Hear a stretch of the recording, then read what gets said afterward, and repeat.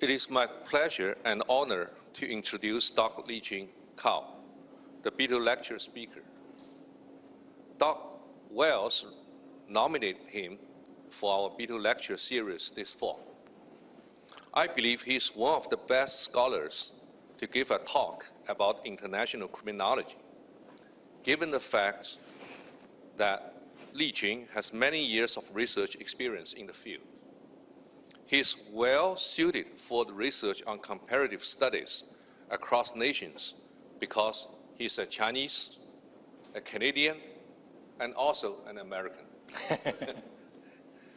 Dr. Cao obtained his PhD from Department of Sociology, University of Cincinnati in 1993, a long time ago. Exactly a quarter century ago. And his advisor was Dr. Frank Cullen. Now he's a full professor at University of Ontario Institute of Technology. At the same time, he is an adjunct professor at Queensland University of Technology, Australia. No wonder for a long time I thought his major was in computer science, particularly making use of artificial technology in comparative translation of languages across nations.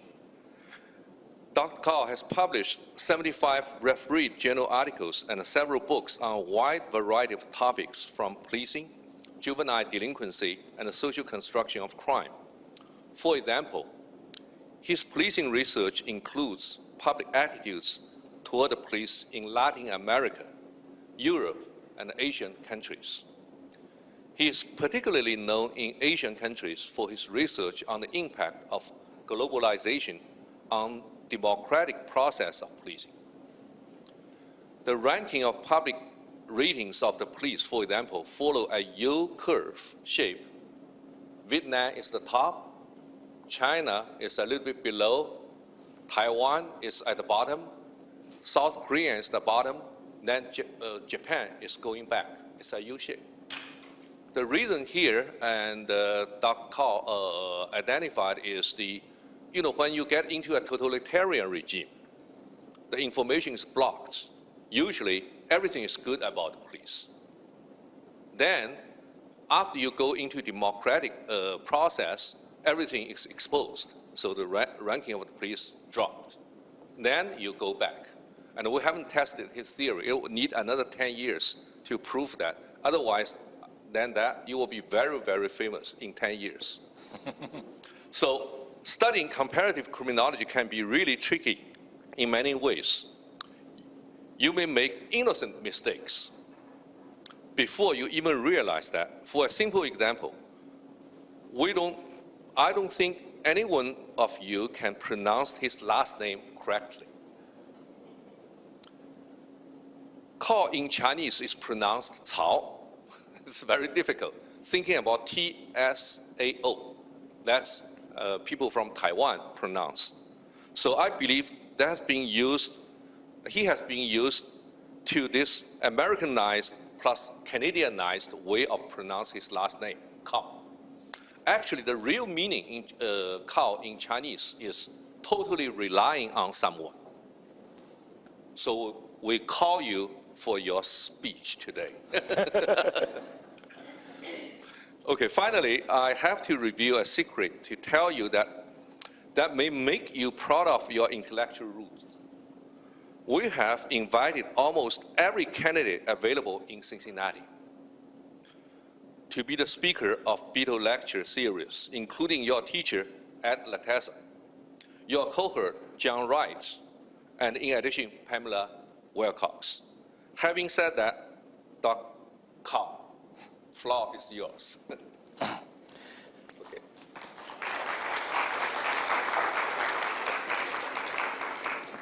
Thank you, Solomon, for your nice introduction. I'm grateful to be invited to give this speech here. It gives me the opportunity to reflect upon my academic life, and it also allows me to be admitted to your Hall of Fame as Dr. Cao said a few minutes ago, that there are so many distinguished criminologists who were invited here and gave their excellent speeches. And also, it is an opportunity for me to enjoy the gracious hospitality of Sam Houston State University. I have so many personal friends as well as co-authors here.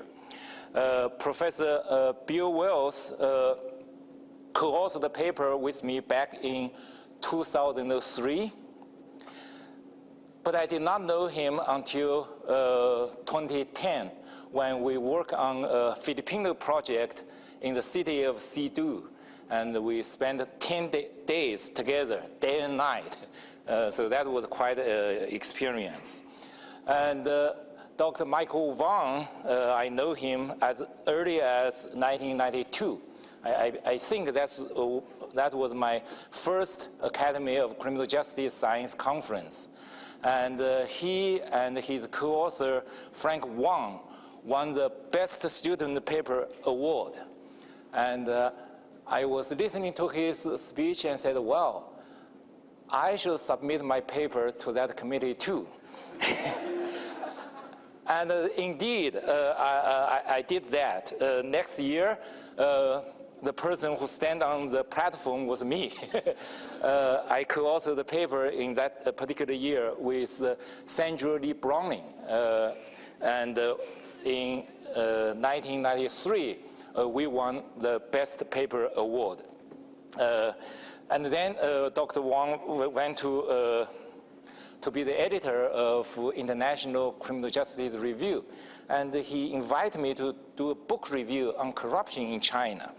And I was so delighted because never before someone wrote me a letter, said, well, please write a book review. So I did my first book review when he was the editor there. So that's how long our relationship has been. I also have many alumni here, but I did not see Bill Hill, Bill King, but Daniel is here, so that's nice. So today, I'm going to talk a little bit about my research, or part of my research. So I'll start with something you probably sort of know, but not know exactly. What is international criminology? And then my encounters with international criminology. And then the type of cross-national research. And then one of the theoretical issues called universalism versus particularism. And then I'll discuss a few lessons of international comparative criminology. And then we'll end the lecture with a short, brief conclusion. So with the spread of criminology and criminal justice as a vibrant and independent academic discipline, the international criminology is destined to grow. Then, what is international criminology? In Western intellectual life, comparative study has its roots in the works of ancient Greek philosopher and scientist Aristotle. And in modern time, it has not been problematic since Francis Bacon, an English philosopher, statesman, and scientist.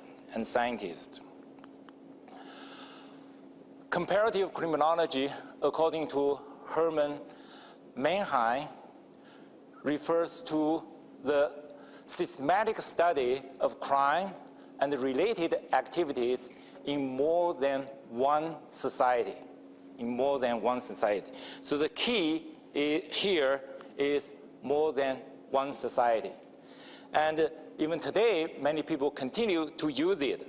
However, one of the famous criminologists, Dave Bailey, have an issue with the terminology. Dave Bailey argued comparative criminology was a misnomer. And because all science is comparative in nature, And comparative should not be used to denote a subfield of any discipline. What distinguishes various comparative subfields is not comparison, but political geography.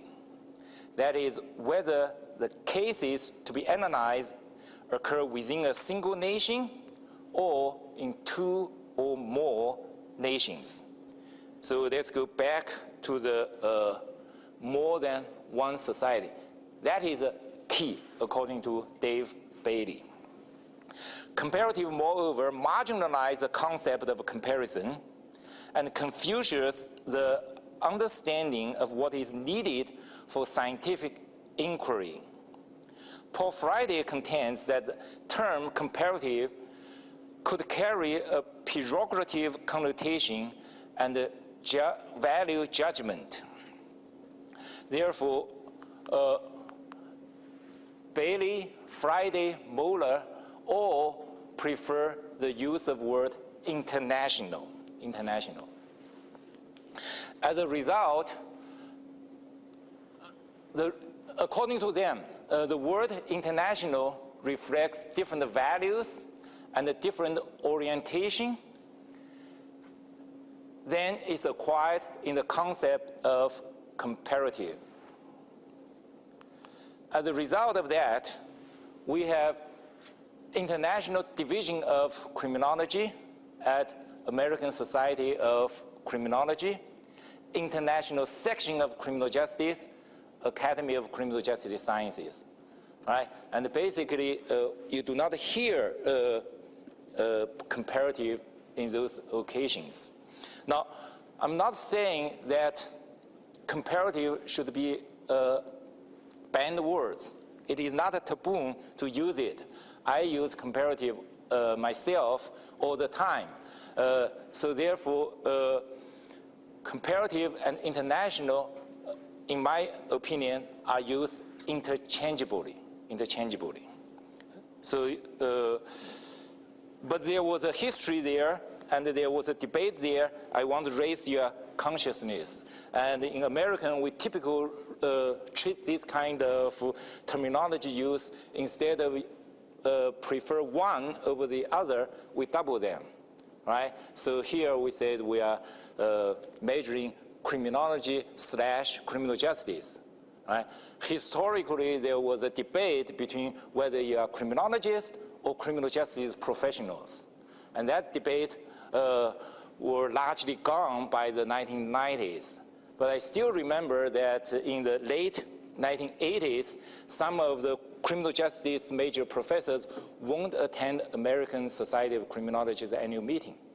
But in the new century, I believe that they were convinced that these two organizations should work together. But this is the sort of short history of that word. And despite Americans' dominance in GNP, in military, in science, and in criminology, all the world is not America. These are all criminologists American.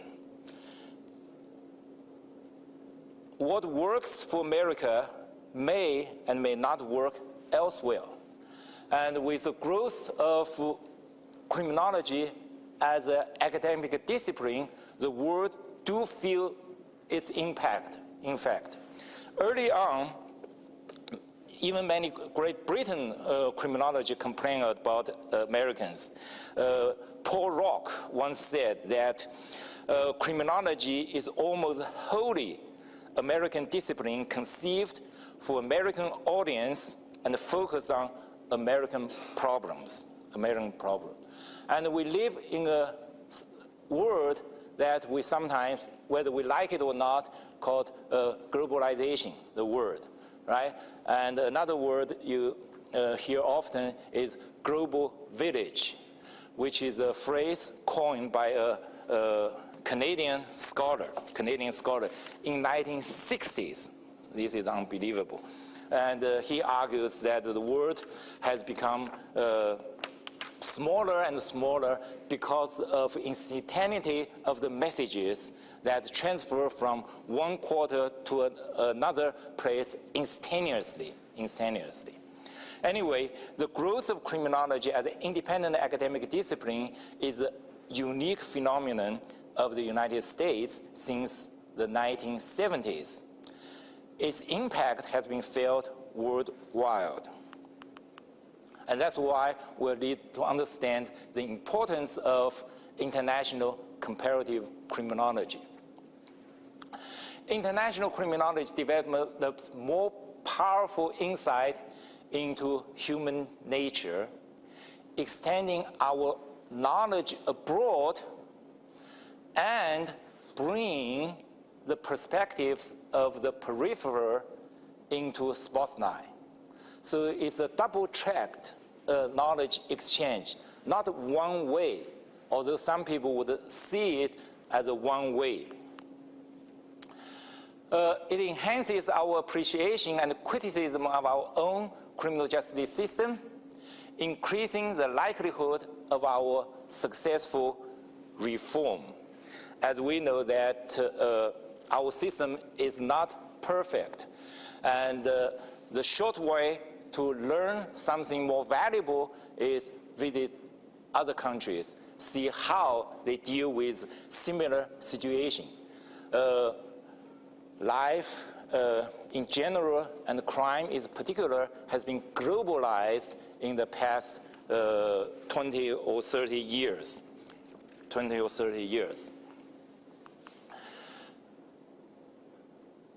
International criminology also makes us less ethnocentric and more democratic in our understanding of the world. So these are all the royal thinking. But you have also personal thinking that cross-national research opens up more outlet for publishing our studies. Many of you are PhD students who want to get your studies out, right? And by looking globally, you probably have more outlet to publish than just focus journals in the United States. There are additional points that the international criminology is important, but I already omitted there. Understanding foreign practice amplified our ability in cooperation with foreign agencies in crime control efforts, right? Very few nations live in isolation. Indeed, therefore, by understanding their law and their practice, will make our task there much easier. International criminology also enhances our sensibility in dealing with the new immigrants caught in our justice system. And probably with a war built up between Mexico and Texas, we'll have less of the issue. But still, I do not believe that we can completely separate from people of other societies. So that's the sixth point of why it is important. Now, my encounter with international criminology. As Solomon says that I indeed originally from China. I came to the United States in 1986. And actually, I did not plan to get my PhD. I was only thinking of getting a master's degree and then return. Therefore, of course, my master's thesis would be a comparative study. And then I get my master's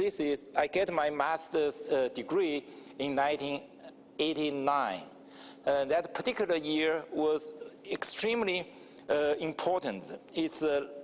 There was a life change event happening in that particular year. And some of you probably heard of it.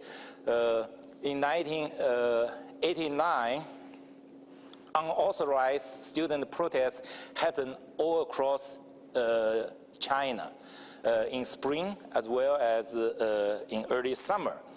And the Chinese government declared martial law, and troops with automatic rifles and tanks were sent into Beijing and killed probably several hundred demonstrators as well as bystanders.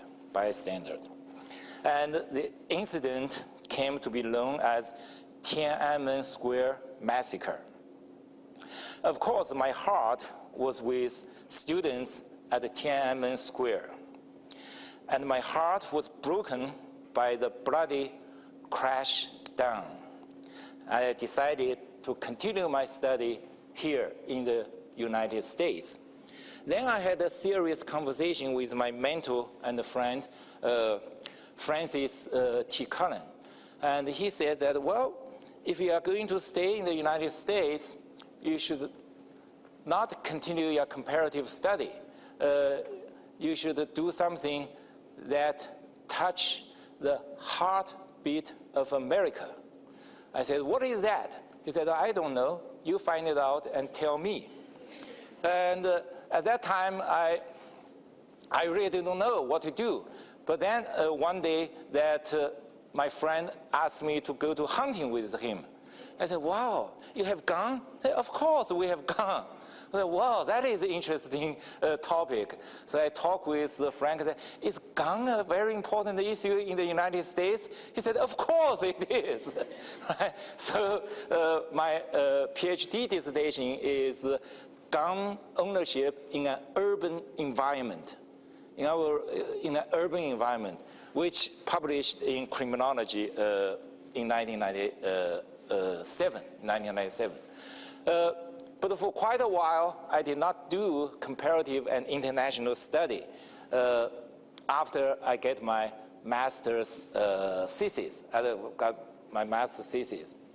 My first international study using international data was done with Steve Stack, who is a world-famous suicidologist. His specialty is, he was trained like me, a sociology trained criminologist, because he was for 20 years acting as the chair of criminal justice department. And then in the new century, he decided he will not do criminology research. Instead, he shifted his attention to suicide, which probably started with his dissertation in 1970s.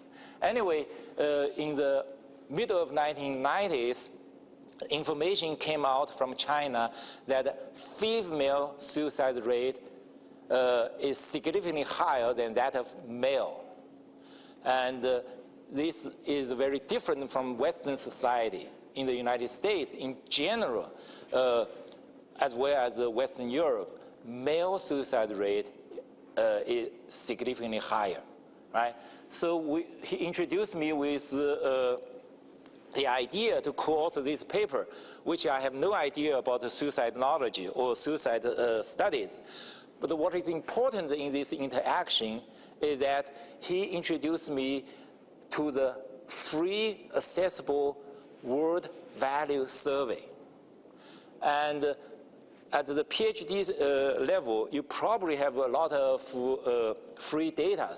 But once you graduate and work in the small universities, you'll find yourself quite isolated, and you do not get the grant to sponsor your study, and then you are under pressure to get a publication 1 or 2 referee journals per year, and you are stuck, right? It is not an exaggeration for me that World Value Survey is a gold mine for me. And ever since 1995, probably the first year I get hold of that data, about a quarter of all my publication use the data there. It is a data set that originally collected in the Western Europe and American, right? 48 nations participate the first wave in 1990 to 1991. And then it becomes 60-something nations. And then year 2000, we have about 80. And I think the more latest is 2005. At that time, it's more than 100 nations. 100. It's all free. You can go to the University of Michigan's website and download it. And there are a lot of things you can work with, and it depends on your interest. So that was a wonderful encounter. And then Phil He and Inaka Marshall invited me to join the International Division of Criminology.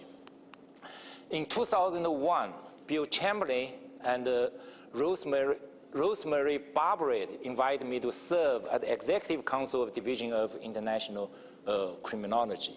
Many of you probably heard of Bill Chamberlain as a leading conflict theorist.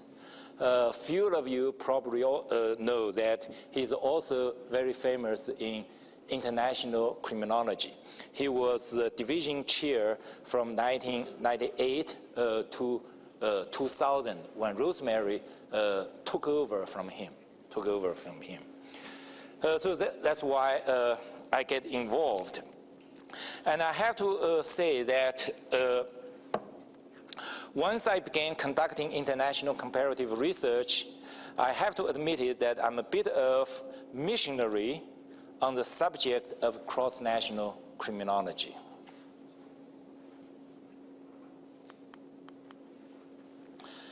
Type of cross-national study.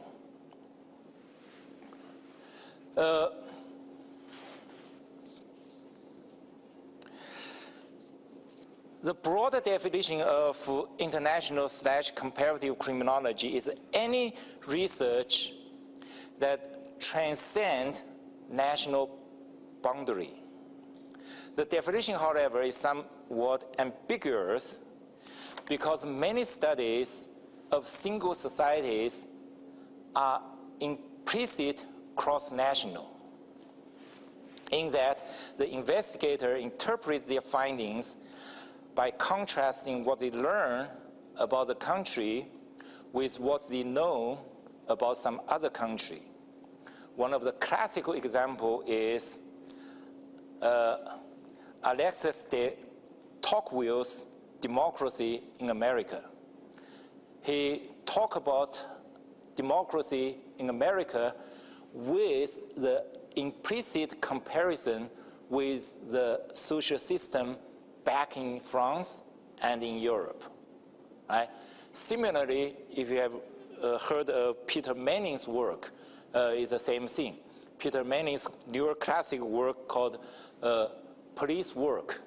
He conducted a study on British police, and there's no explicit comparison, but as American, right, the implicit comparison is there throughout the book. So what we are really talking about is explicit comparison. So excluding implicit comparative criminology, there are three types of explicit international studies. Those in which nation is the object of study, those in which nation is the context of study, and those in which nation is unit of analysis. Nation as the object. The investigator is primarily interested in a particular country. For example, I happen to come from China. Of course, China will be my object of study. Right? And in contrast to the object as a contact, the investigator is primarily interested in testing the generality of findings and interpretations of how certain theories functions in another environment. And that environment is not necessarily just one nation, but happen to be the nation that is probably more representative of the culture zone. Right? Later on, we'll talk a little bit more about the culture zone. Right? American is basically Judaism, Christianity, right? There are Muslim countries. We select one Muslim country, it doesn't mean that particular Muslim nation, but it may represent Saudi Arabia, it may represent Iraq, or a whole bunch of them, right? So that's a context. And then those in which nation is a unit of analysis, we are simply interested how crime control effort is systematically related to the national variation or national characteristics. In distinguish the different types of cross-national research, we are dealing with gradations, not sharp contrast. So although they are distinguishable theoretically, these three types of research shades into one another. Over the years, I've done all three types of research. And I'm going to share with you a little bit later, but I want to highlight one or two of my more important contributions to the literature of criminology. And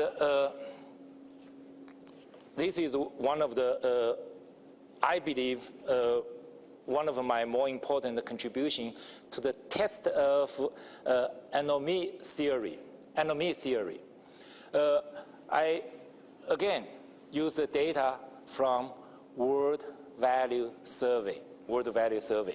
And it occurs to me when I read the data and I compare, everybody here probably have heard or read about Murden's anomy theory. It is probably the most cited criminological theory in the world.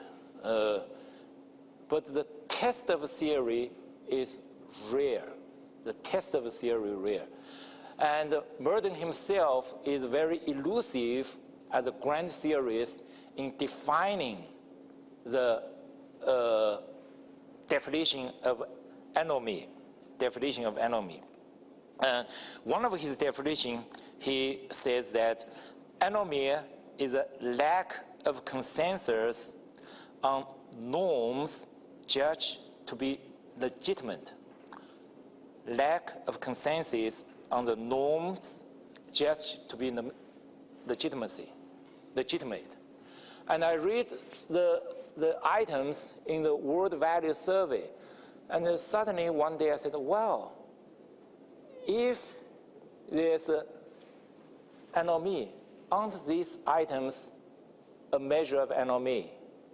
Right? So if you read it, claiming government benefit which you are not entitled to, avoiding a fare on public transport, cheating on tax if you have a chance, buying something you knew was stolen, someone accepting bribe in the course of their duties, failing to report the damage you've done accidentally to a parked vehicle.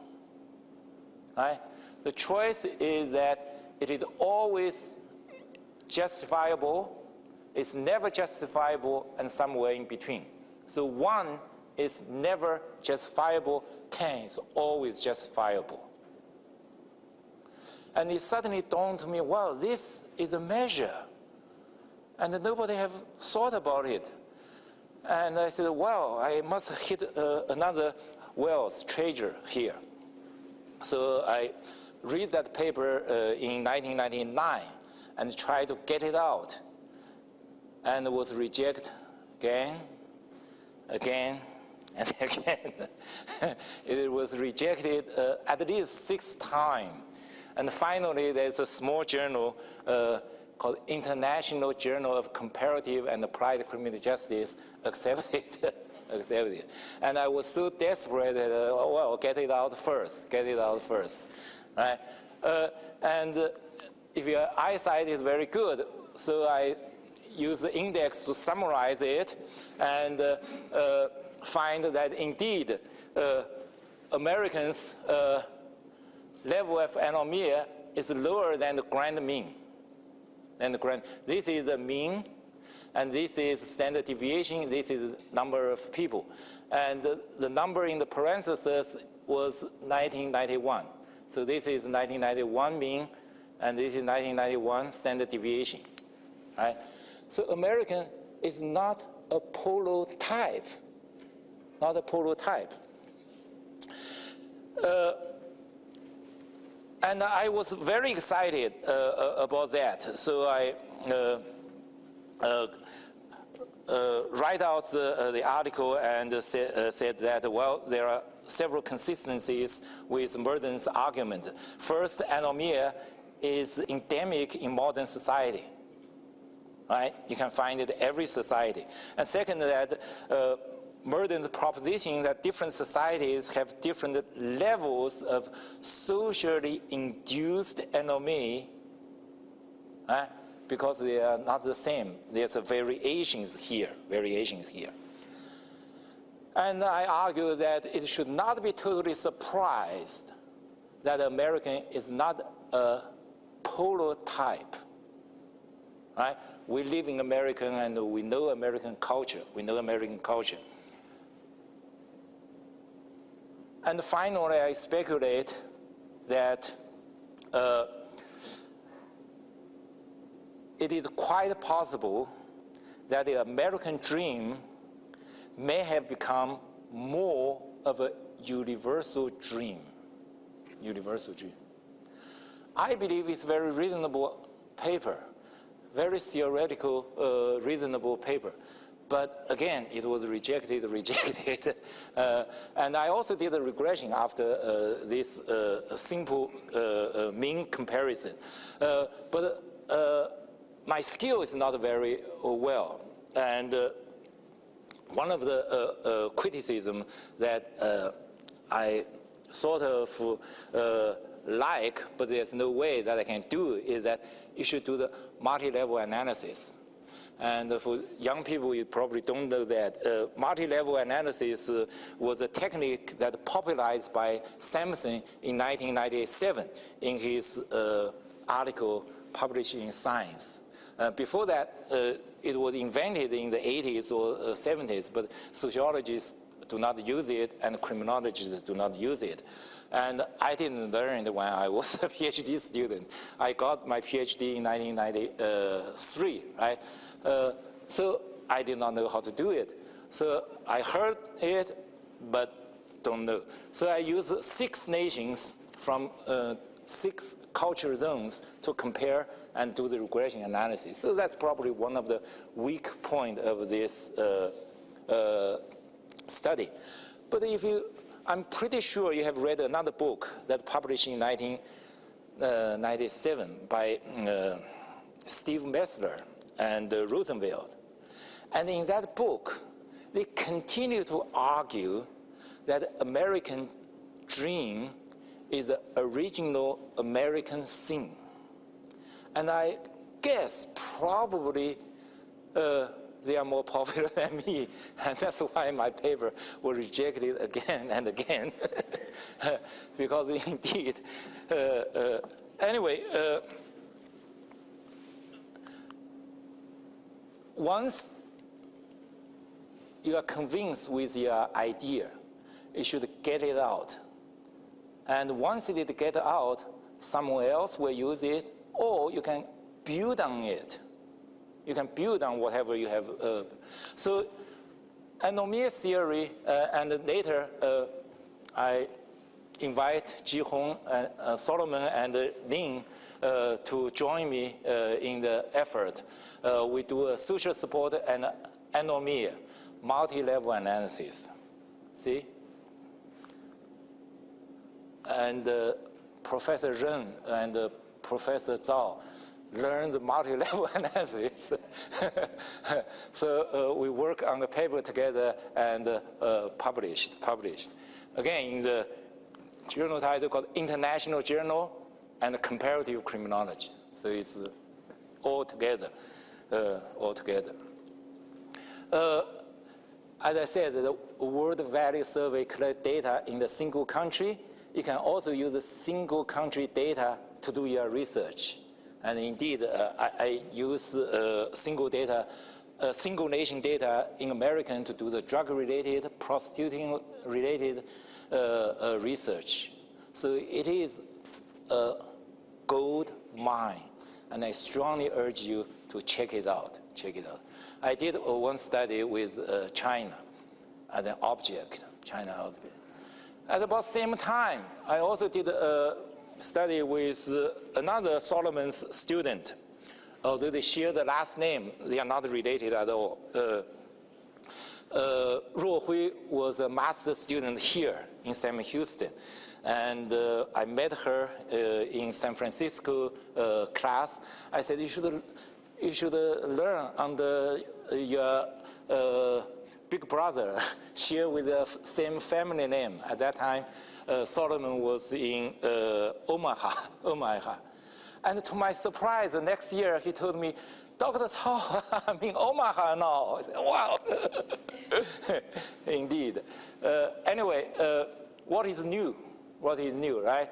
As a PhD student, you should ask this yourself. What is new in your study? Because that's the editor would look at every paper. First thing, what is new? What is new?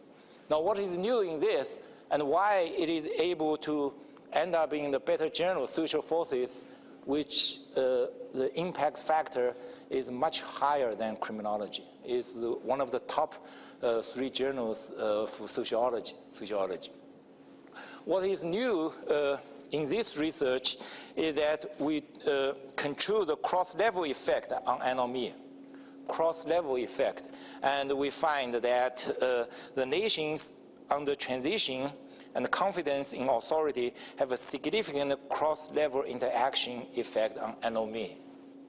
And that's partially the reason we're able to get it there. Okay, other studies that use nation as unit of analysis. I do not see Zhang Yan here, so I probably will skip this.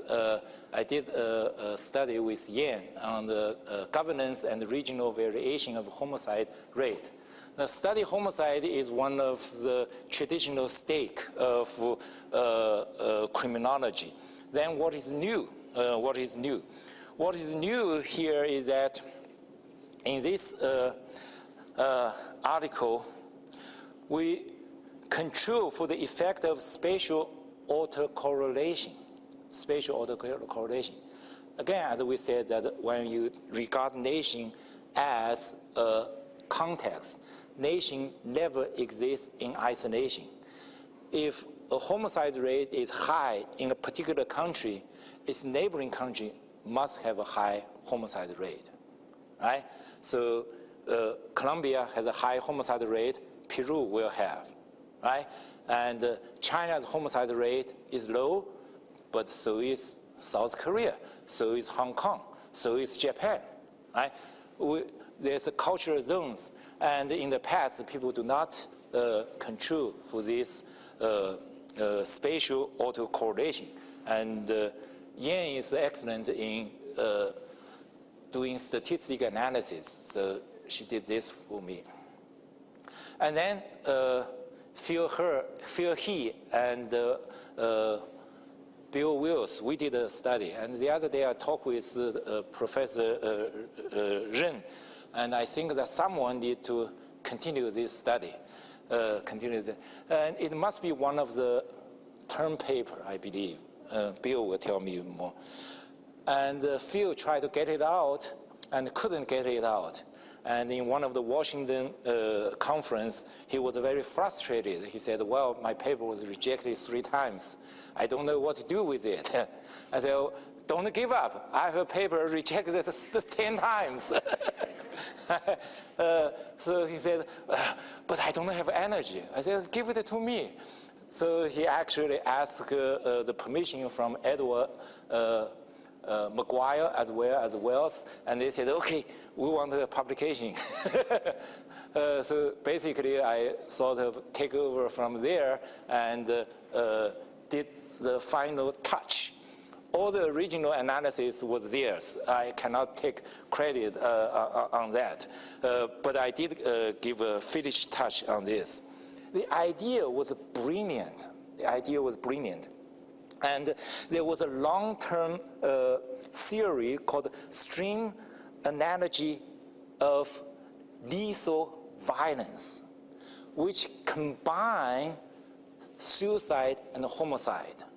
According to the analogy theory, that violence, right, have the same source, but its expression is different when certain circumstances happens that the frustrated people may turn their violence outside by killing other person. That's a homicide. Or the frustration turn internally to themselves, and that's a suicide, right? But nowadays, with the development of technology, we know that knowledge become more detailed, become more fragmented. Therefore, we have criminology who study homicide, while suicide are different association, which is also very big, by the way. But the combination of the two are rare. So I was intrigued by the idea and pick up from wherever they left and did this. So, and we finally get it in homicide studies. The results indicate that income inequality remains a predictor of direction of lethal violence expressed as suicide, as the stream analogy predicts after the divorce rate and unemployment rate are controlled for. Now this was the data, I believe, is 1995. And after 20 years, I think someone needs to do a follow-up. And another study, Yan is here, not here, Michael is here. Michael introduced me the idea of corruption. And indeed, it's been in my mind for a long time. But corruption is something that you do not usually find already data, right? Because the police do not collect the corruption data. And we were able to find international organization that rank the corruption in different societies, and we developed this model, and which is pretty decent, and get it out. And again, Yan did the regression analysis and the model development. And indeed, we find that the theories like human development as well as social support. The reason that social support, I constantly use social support, it is one of the theories proposed by Francis T. Cullen. And basically, I continue on the path that he pointed out. Although I didn't do gun study, I check out Bill's Vita, and he did more gun study than I do. Anyway, this is another nice piece. Okay, and then nation as an object or as a context, which is not always easy to separate. I did a wonderful study which ended up being one of the best international journals there with Solomon and Lin and Ruo Hui, right? Again, using World Value Survey. World Value Survey in year 2000 add a new battery of items, 6 items, which is separate trust into the in-group and out-group. One of the articles that published in American Sociological Review said that Chinese trust in strangers or out-group trust radiation is different from American or the other Western societies. And then Ji-Hong called me and said that we should do it with criminology because we did a lot of confidence in the police together many times. He said, oh, let's do it. I said, sure, why not? That is one of the Ji-Hong's merit for me. Periodically, he'll call me and give me an idea to work. And always some excellent idea. Anyway, we work on the paper together, and again, we choose 3 nations from 120 nations with data in World Value Survey. And we based our theory on Huntington, Samuel Huntington's Clashes of Civilization. Right? In that book, he said that with the Cold War over, the major clashes in the world will be the clashes between culture. He divides the nation into 6 culture zones, and the major culture conflict may happen between West and Muslim and Confucius society. Confucius culture zone, Muslim culture zone, and Judaism, Christianity culture zone, right? Which partially true, but we are not very interested in the politics. We simply pick up these 3 nations as a representative of each of the culture, right? So China did not have data because it's politically sensitive. They dropped some of the items. Therefore, we use data from Taiwan. And then we use data from Turkey. And we use the data from United States. And indeed, we find that the models that develop in the West are better to predict variations of confidence in legal authority in the United States than in Turkey, than in Taiwan. In Taiwan, the model doesn't work. So when something doesn't work, it is also a discovery. And there are a variety of other things that I have done, largely because of my another important contributions. That is called confidence in the police. Now, before I sort of use confidence in the police, people studied the police, said attitudes towards the police, perception about the police, trusting the police, satisfaction about the police. There are a variety of ways to express similar ideas. Even the natives do not know the difference. Because I asked Francis Tikana many times, what's the difference between trust and confidence? What's the difference between satisfaction and confidence? He said, I don't know. And actually, I published a single author article on that topic if you are interested in. Now, confidence in the police is important because the police are the most visible long arms of democratic government, representing law and order and providing ongoing services to public. Their mandate to reinforce the law impartially.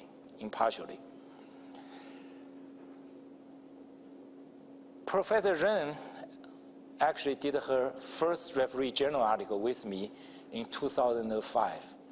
She was in Ji-Hong's Solomon's class, and she wrote a term paper. And then Solomon phoned me, hey, I have a brilliant student here. I said, what is going on? She wrote a paper on the confidence in the police and want to get it out. I said, okay, send it to me. That's our first cooperation. That's our first cooperation. And now, in that article, we argue that confidence in the police should be a measuring instrument for police effectiveness. Now, traditionally, police effectiveness is major concern with quote-unquote objective measures, such as response time to calls, the number of arrests, or the clearance rate. But we argue that confidence in the police should also be a measuring instrument. And in that article, we did not expand on that, but indeed we mentioned that the study of confidence in the police is a study of the police legitimacy. And I know that Edward McGuire did an excellent lecture on the police legitimacy, and Ji-Hong told me that he is also studied police legitimacy recently. That worries me. Now, if you think about the legitimacy, right? What is legitimacy? What is legitimacy? Legitimacy is a matter of public reception of the police activity. One of the definitions is a matter of public reception of the police activity. Therefore, the collective subjective opinion on police provide us with much needed basis for police legitimacy. Of course, we are aware that legitimacy have two sides, right? When we talk about the legitimacy, a lot of time it's from the power holders' legitimacy. In other words, I'm a police officer, I said you are illegal, period. Right? That's one side. But what about the other side? What do the public think? Right? Who have the final say? And from English tradition or common law tradition, the final say is in the hands of the audience. Therefore, confidence in the police is what we call audience legitimacy. Audience legitimacy, right? So basically, they are the similar thing. They are the similar thing. Because in democracy, police by consent, an idea that can trace its root to Robert Peel's Metropolitan Police in 1829, has become a standard. Therefore, confidence in the police is a backbone of police legitimacy. Confidence and legitimacy are interdependent and organically interactive. So therefore, in the future, when you encounter that concept, I do make a little bit of contribution there. And with so many nations in the World Value Survey, you can do a variety of comparison. You can compare American with Germany, Germany with Italian, Italian with Australia, Australian with China, endless. And I did a little bit, say I did one with China with Taiwan, and German with the United States, and Japan with the United States. And if I have energy, I can continue. So if you have energy, pick it up and continue from there.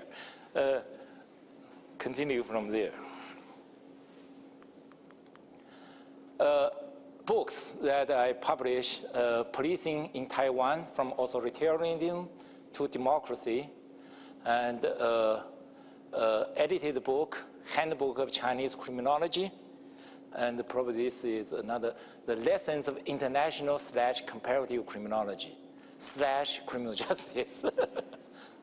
Typical American way, we do not want to replace one, right? But outside United States, people don't know the difference between criminal justice and criminology. outside the United States, there's only one academic discipline that is called criminology. So if you tell your friend in Germany that I'm criminal justice major, then what is criminal justice major? Okay, so you have to use slash to express it. Anyway, one of the important theoretical issues that was constant in my mind for quite a long period of time. Criminology has been successfully practiced in only a few places, and it is to be found in one of the properest crime-ridden and university-rich nation, above all in the United States. And American criminology has been holding a hegemonic position. But this situation cannot last forever as criminology is spreading and become more populous in other nations. And there are arguments against universalism implied in the theory. More recently, Harrington et al. Raised the terminology called Southern criminology. They argue that the power relations are embedded in the hierarchical production of criminological knowledge that privileges theories, assumptions, and methods based on global norms. Of course, that is not the first argument against the spread of American criminology. There are many other arguments. One of the concepts that I like very much is called situated knowledge. And Harvey proposed that and argued that space has a disruptive effect on theory. Geographical spatial understanding undermines and disturb other forms of rational understanding. Even before Harvey, before the concept of situated knowledge, there was a neoclassic work that is done by Edward Said in 1978 called Orientalism. He was the first person, Orientalism. And basically, he quoted Karl Marx to begin his book called Orientalism by saying that they cannot represent themselves, they must be represented. He connects the Orientalism with the others. That's typical Western thinking. Other radical criminologists follow the similar type of argument that there are a lot of location is extremely important, right? Location theory is just like taste. We grow up with certain taste, right? You like tequila because you are from Latin America, right? I like Maltais because I'm from China. And you like bourbon because you are American, right? Outside American, you like whiskey, right? There's no universal thing in many issues, right? Location is extremely important. Who decide how you see the world, decide your taste. Yesterday we have beef, Texas, right? Therefore, location is extremely important. So Seth said that a dichotomy that has been created that poses a dynamic between the Orient, which viewed with prejudice and racism, and the West, which is understood in terms of racism and rationalism. This Orient provides us with an imaginative and recurring other for the West, which is a very powerful argument. And actually, I, with Solomon, propose another similar radical idea, but we drop it in our final analysis, called criminological Orientalism. We argue that it refers to the various efforts to devalue the international comparative study in the production of global criminological knowledge. It is too radical, so in the final publication, we drop this. And I think we should pick it up in some other articles. It's a good idea, good conceptualization. But anyway, attraction to modernity is powerful. In the long run, there's no alternative modernity. No nation can exist outside historicity. There's no East versus West, North versus South. There is merely humanity. A good theory must survive the test of it in other societies and must be applicable to the maximal circumstances where it is tested. And that is one of the beliefs that I have. With this belief, we do not believe that we should ignore the local or theories developed in other nations. Instead, we should try to test the theories from other societies in the United States. I believe that the influence is mutual, not one way.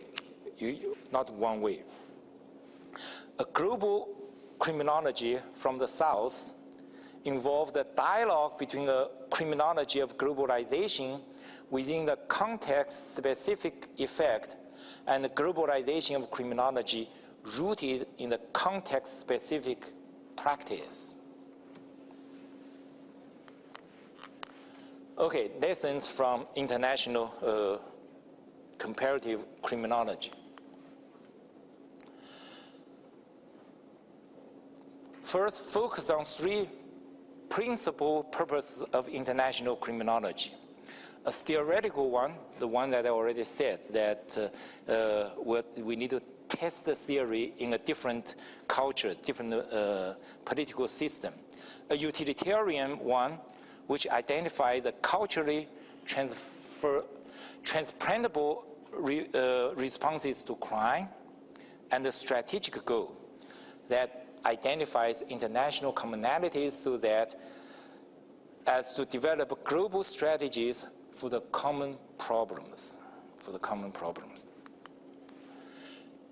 In doing international comparative criminology, we need to think globally. Thinking globally means seeing both similarity and differences simultaneously. A lot of time when we study a problem that we want to find differences. Other times we found commonalities. But either way is incomplete.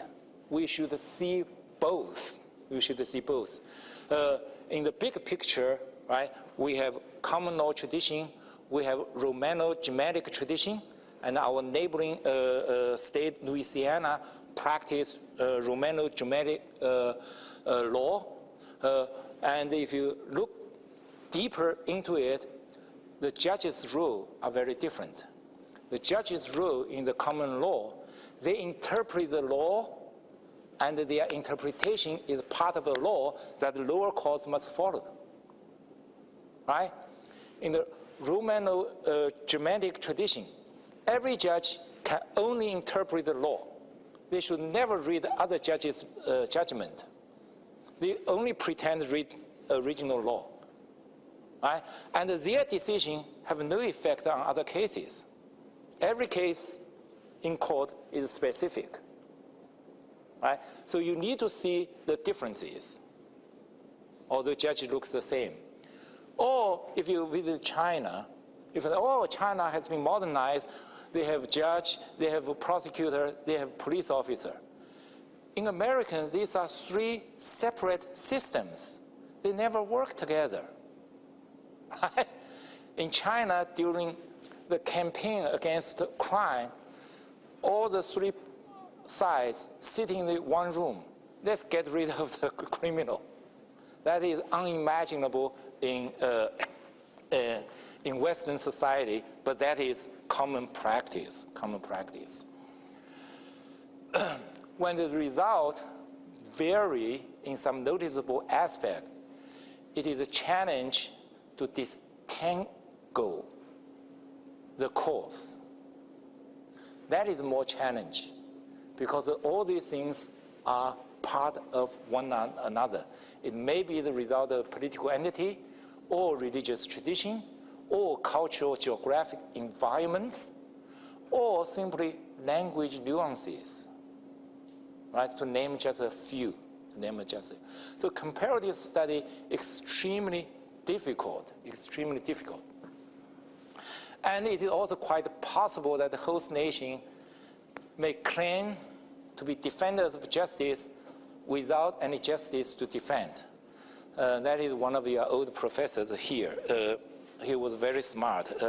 After Tiananmen Square tragedy, he was invited to visit China in 1994. And after he returned, he wrote this sentence. There's not much justice to defend. Again, ideologically, I share that. So be very careful. Okay, I'm glad you are still attentive. We are at the end. And at the conclusion, as the saying says, that good suggestions should be repeated 3 times. I will not repeat 3 times, but I will repeat it twice. Criminology as an independent academic discipline is on the rise worldwide. So is international comparative criminology. The research cross-nation has to deal with local particularities, and it is usually the case that local specific theories, including American developed theories, are better to explain the local phenomenon. A good theory, however, must have its international applicability. As the world is becoming more and more modern technologically, the tendency towards the mean or the tendency towards the norm will work in the long run. International and comparative criminology has a great future, and its potential is yet to be explored. For this reason, I call for more research on cross-national study. While American criminologists have come to understand and appreciate the importance of cross-national research, the value of keeping abreast of criminological research done by our colleagues in other countries, in my opinion, we are still a bit parochial. The time is ripe for impress on American criminology the value of cross-national study and seeing our nation in the international perspectives. Doing research, whether international or not, is difficult, but ultimately rewarding. I have hope and confidence in you for picking up more international and comparative criminology. And thank you all for listening.